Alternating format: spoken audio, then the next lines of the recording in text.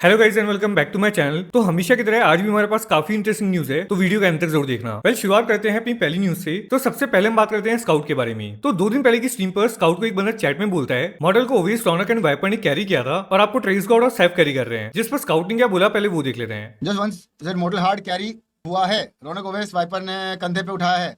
Now it's safe to say ट्रेस सेफ ने स्काउट को हार्ड कैरी किया। हाँ यार, सेफ टू सेफ ब्रो, जिक्स पटेल कोई दिक्कत नहीं। I feel you are butthurt from the soul days. You are very very butthurt. Hopefully आपकी टीम अच्छा करे।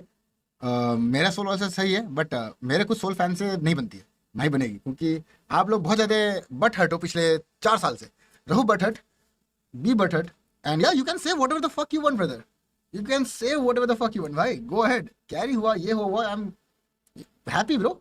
टीम को इशू नहीं है, so it's not an issue for ना मी। उसके बाद लोग स्काउट को ट्विटर पर क्रिटिसाइज करने लगे और गोली भाई को भी काफी ज्यादा हेट मिलना स्टार्ट हो जाता है। जिसके बाद स्काउट लाइव आते हैं ना, इस पर एग्जैक्टली उन्होंने क्या बोला वो देख लेते हैं। नॉर्मल हम लोग परसों खेल रहे थे, जो लोग नए आए हैं, फिर जो लोग को आइडिया नहीं है, हम लोग नॉर्मली खेल रहे थे। एक सुपर चैट आया सोल के नाम से, बाद में पता लगी वो जो बंदा है उसका पूरा हिस्ट्री निकाले। तो बंदा किसी और फैन या फिर न्यूट्रल फैन या फिर हेटर बोल सकता है, वैसा था। तो उसने ऐसा डाला कि हम पुराने सोल फैंस कभी आपको ये नहीं कर सकते क्योंकि तूने कैरी बोला था ये वो। तो मैंने उसको लगा, मैंने कुछ ओल्ड फैंस ऐसे हैं, कुछ गॉडल फैंस ऐसे हैं। गॉडल में चलो थोड़ा ज़्यादा लोग हैं, बट कुछ सोल फैंस, कुछ गॉडल फैंस, कुछ टीएक्स में भी फैंस है जो मुझे ही गाली देते हैं। ठीक है, तो हर फैन बेस में कुछ लोग होते हैं जो सबको गाली देते हैं। तो वो चीज़ के लिए मैं ट्रिगर हो गया था। तो इसलिए मैंने बोला कि भाई वो कुछ लोगों को मैं कभी प्लीज़ नहीं कर सकता और ना ही मेरे को चाहिए, बट बहुत बेसिक चीज़। और वो चीज़ को लेके लोगों ने क्या करा, जो इंसान ने मेरे लिए बहुत टाइम से स्टैंड लिया नो मैटर वॉट, उस इंसान की गांड मारनी स्टार्ट कर। अब वो बेचारा को तो पता भी नहीं क्या हुआ है। तो वो ये सब कहानी चल रही थी पूरा। अब इसमें कुछ लोग ये हो गए, फास्ट काउंटर हुआ था नमन के साथ, उसको लेकर कुछ लोग अभी तक ट्रिगर्ड है, बट हर्ट है। तो वो लोग ऑब्वियसली कभी उसे फॉरगिव नहीं कर सकते, तो उन लोग रहेंगे, वो एक बोलते हैं ना एनिमिटी रखेंगे। बस वही चीज़ थी यार, तो मैंने वो चीज़ क्लियरली बोल दिया लोगों को। तो अब हम बात करते हैं जीगॉड के बारे में। तो वो बताते हैं कि वो काफी टाइम से लैंड नहीं खेले हैं और वो लैंड को काफी ज्यादा मिस भी कर रहे हैं। इसके बाद उन्होंने ये भी बताया कि अगर वो लैंड नहीं खेलते हैं तब भी ऑडियंस उनको काफी ज्यादा सपोर्ट करती है। तो इस पर एग्जैक्टली उन्होंने क्या बोला वो देख लेते हैं। मैं जब भी लाइन देखता हूँ ना, मेरा हमेशा मन करता है हमेशा कि मैं उस सीट पे बैठूँ, उस जगह वापस खेलूँ। वो तुम समझ रहे हो, वो वाली जो वो रश आता है ना, वो तुमको कहीं से नहीं मिल सकता। तुम कुछ भी कर लो लाइफ में, तुम स्काई डाइविंग भी कर लोगे ना, तब भी वो वाला रश नहीं आता जब तुम उस चेयर पे बैठते हो और तुम कुछ करते रहते हो। मतलब तुम क्लच कर दो, फिर जो ऑडियंस। तो फिर मैंने इस लाइन के बाद डिसाइड करा था कि मैं फिर से स्टार्ट करूँगा, और अभी तक इतना बूढ़ा हुआ नहीं कि रिटायरमेंट लेना पड़े। कम बैक आएगा, सबका मुंह वापस बंद होगा।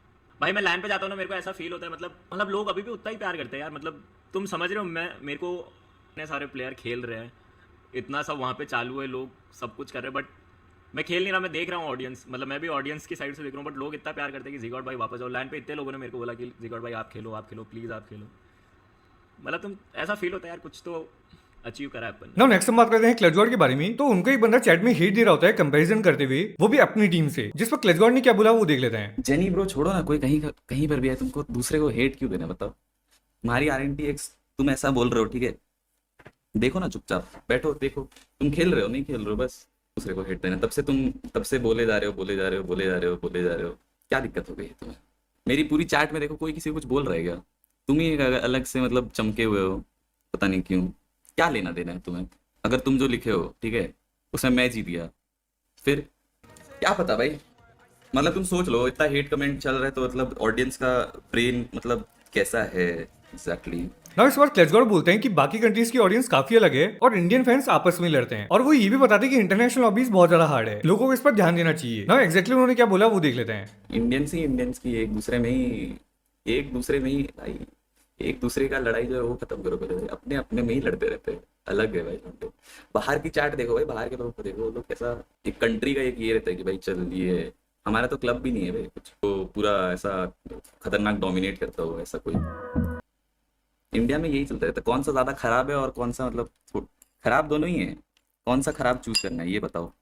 ग्लोबली कुछ इंडिया में कोई कुछ करे तो उसके तुम बोलो तो बात भी है। तुम सोचो अगर ऐसी लॉबी बने जिसमें 15 वर्ल्ड की बेस्ट टीम्स है, वर्ल्ड की बेस्ट टीम जो अभी पीएमजीसी लॉबी बनती है, क्वालिफायर ही देखा है ना तुमने कितना होता है।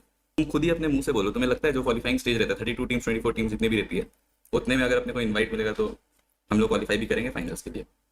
फाइनल्स मिल गया तो ठीक है, अलग बात है, पर क्वालिफायर में तो एक टीम नहीं है इंडिया में, एक टीम नहीं, किसी का भी नाम ले लो, कुछ भी ले लो, वो कोई सामने वाला भी अगर बोलेगा ना, उसके सामने वाले के मुंह पे ही बोल दूंगा मैं कि नहीं कर पाओगे।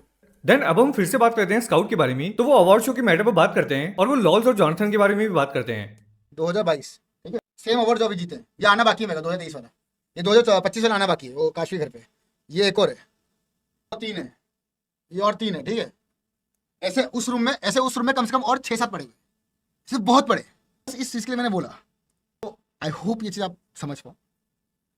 Not a big thing, flex नहीं कर रहा, मैं बता रहा हूँ रियलिटी है। मैं सबकी स्टोरियाँ लगा सकता हूँ, नहीं लगा रहा, ठीक है। एक तरीके से आपको एक रियलिटी दी है, जो फैक्ट है, इससे आप जज करना बंद करता हूँ। मैं ये कहना चाहता हूँ, इनसे कुछ प्रूव नहीं होता। तो बंदा मेरे साथ जीता है विथ मी, जो एक और बंदा जो जीता है स्ट्रीमर देर, वो मेरे से ज़्यादा डिजर्व करता है, व्हाट आई फील, ठीक है, क्योंकि वो रेगुलर है। एक बंदा जो रेगुलर है, मेरे को उसके लिए ज़्यादा रिस्पेक्ट है, हद से ज़्यादा वो डिजर्व करता है, क्योंकि वो every single day he comes and shows up. तो भाई किसने स्टोरी लगा दी तो क्या, अरे भाई स्टोरी राउडी गेमिंग किसी क्रिएटर को नहीं बोल रहा हूँ मैं, गधों, जब मुझे मिलता है मैं भी स्टोरी डाल देता हूँ, इट्स नॉट रॉन्ग। डायरेक्ट बोल जॉनी को, अरे नयन तेरी माँ की चूत, सुनना था ना ही तेरे को। जॉनी कहाँ से आ गया बीच में, जेनेरिक वे में मैंने बोला, नयन तेरी माँ की चूत 100 बार, सुन बहन के लोड़ा, जो उखाड़ना उखाड़ ले। एक जनरल बात कर रहा हूँ आप लोग से, बहन का लोड़ा आके लिख रहा है कि तू डायरेक्ट जॉनी को फोन करके बोलता तेरे को मुंह में दे देगा, तक मुंह में रहेगा पूरा, तो शांत रहेगा तू। तो अवार्ड शो की बात हो ही रही है, तो बात करते हैं साक्षी के बारे में। तो उन्होंने बताया कि उनको 12 से 15 बार नॉमिनेट किया गया, उसके बाद में जाकर के उनको अवार्ड मिला। नाउ एग्जैक्टली उन्होंने क्या बोला वो देख लेते हैं। सबसे ब्यूटीफुल मोमेंट एक्चुअली बहुत सारे हैं, बट जो मेरे दिमाग में आ रहा है recently is award. I don't know, until like last 2-3 years I was not getting any award, and this year luckily, I mean 2024 luckily towards the end I bagged like 3 awards. तो मेरे को बहुत अच्छा लगा, I was like wow finally, क्योंकि उसके पहले मैं हमेशा सिर्फ नॉमिनेट होती थी, 15 या 12 कुछ तो नॉमिनेशन होते थे मेरे, एंड तक ऐसे होता था अनदर नॉमिनेशन, फिर एक्चुअली जब ये अवार्ड हाथ में आया बोला वाओ अभी मिलने लगा है, लाइक सो कूल। तो मेरा एक सेटअप के ऊपर एक ऐसा स्पेस है, वहाँ पे मैं हमेशा सोचती थी यार एक अवार्ड एक तो ऐसे आता कितना कूल लगता, अभी मैं देखती हूँ वहाँ पे 3 है। तो नेक्स्ट हम बात करते हैं जी-गॉड के बारे में। तो वो बताते कि इतने टाइम से वो इनएक्टिव क्यों थे, क्योंकि ना तो वो स्ट्रीम कर रहे थे ना ही वो गेम खेले थे। तो उन्होंने इस पर क्या बोला वो देख लेते हैं। अभी मैं ग्राइंड वापस स्टार्ट करने वाला हूँ। मैं 2 महीने से मेरे पास फ़ोन था ही नहीं, मेरे पास फ़ोन ही नहीं था, तो मैं ग्राइंड कर ही नहीं पाया। और अभी 5 या 6 दिन पहले मेरा फ़ोन आया तो मैंने ब्रॉडकास्ट पे डाला है, तब से मैं एकदम रेगुलर ग्राइंड कर रहा हूँ, जितना हो सके खेल रहा हूँ, ट्राई कर रहा हूँ वापस वो फॉर्म लाने का। और अभी थोड़ा हाथ बैठ चुका है मेरा, थोड़ा नहीं बहुत ज़्यादा अच्छे से बैठ चुका है, तो थोड़ा टाइम लगेगा। मैं कॉम्पी में ऐसे नहीं जाना चाहता कि मैं बस खेलने के लिए खेल रहा हूँ, इम्पैक्ट होना चाहिए। बाकी यही था कि मैं इतने दिनों से गायब क्यों था, क्योंकि मेरे पास फ़ोन नहीं था और मैं खेल नहीं पा रहा था, लाइव स्ट्रीम नहीं कर पा रहा था। मेरा सच्ची में बहुत मन था, इसलिए मैं वीडियोस डाल के काम चला रहा था। बाकी अभी फ़ोन आ चुका है तो अपन back to grind, back to compy वापस आ चुका। तो नेक्स्ट हम बात करते हैं गॉडलाइक के सीओडीएम प्लेयर्स के बारे में। तो लोग उनसे बोल रहे थे आपको क्या लगता है सोल की लाइनअप कितनी स्ट्रांग है, जिस पर उन्होंने क्या रिस्पॉन्ड किया वो देख लेते हैं। What do you think? How strong is City lineup? To be honest guys, I think मतलब इतने स्ट्रॉन्ग नहीं है भाई, वीक है वो लोग, अभी उनको बहुत इंप्रूवमेंट की जरूरत है। प्लेयर्स इंडिविजुअली स्ट्रॉन्ग है, पर एज अ टीम मेरे को नहीं लगता इतने अच्छे हैं वो लोग। बट हम लोगों ने अगेन उनसे कोई स्क्रिम नहीं करा है, करेंगे सब बता सकता हूँ और मैं तुमको, पर देखते कभी ना कभी टूर्नामेंट में कहीं ना कहीं मिलेंगे। जब मिलेंगे तो भाई तुमको बताऊंगा असलियत क्या है भाई। मेरे को अभी जिस हिसाब से मेरे को लगता है they are that strong of a lineup. मेरे को I think that it is they are good, but they are like mid. Talking about S power, तो कई लोग उनसे पूछे थे बाकी प्लेयर्स के साथ आपका रिलेशन कैसा है, जिस पर उन्होंने क्या बोला वो देख लेते हैं।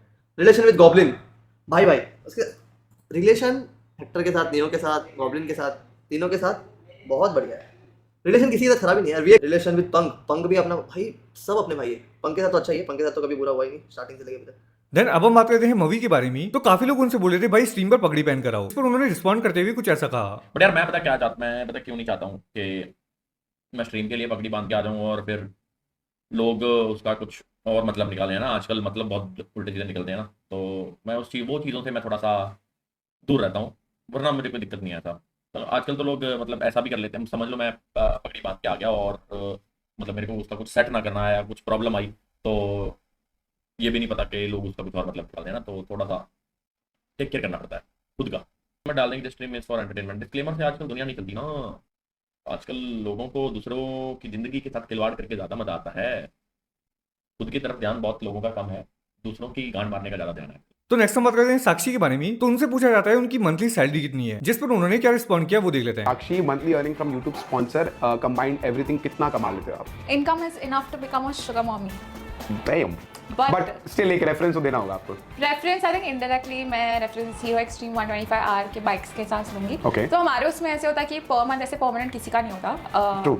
कभी कभी इट्स लाइक 5 बाइक्स, कभी कभी 8 बाइक्स, ऐसे पूरा it depends on like how many deals we get और we want to do that month. तो सब ब्रांड डील्स के हिसाब से बट 5 to 8 बाइक्स।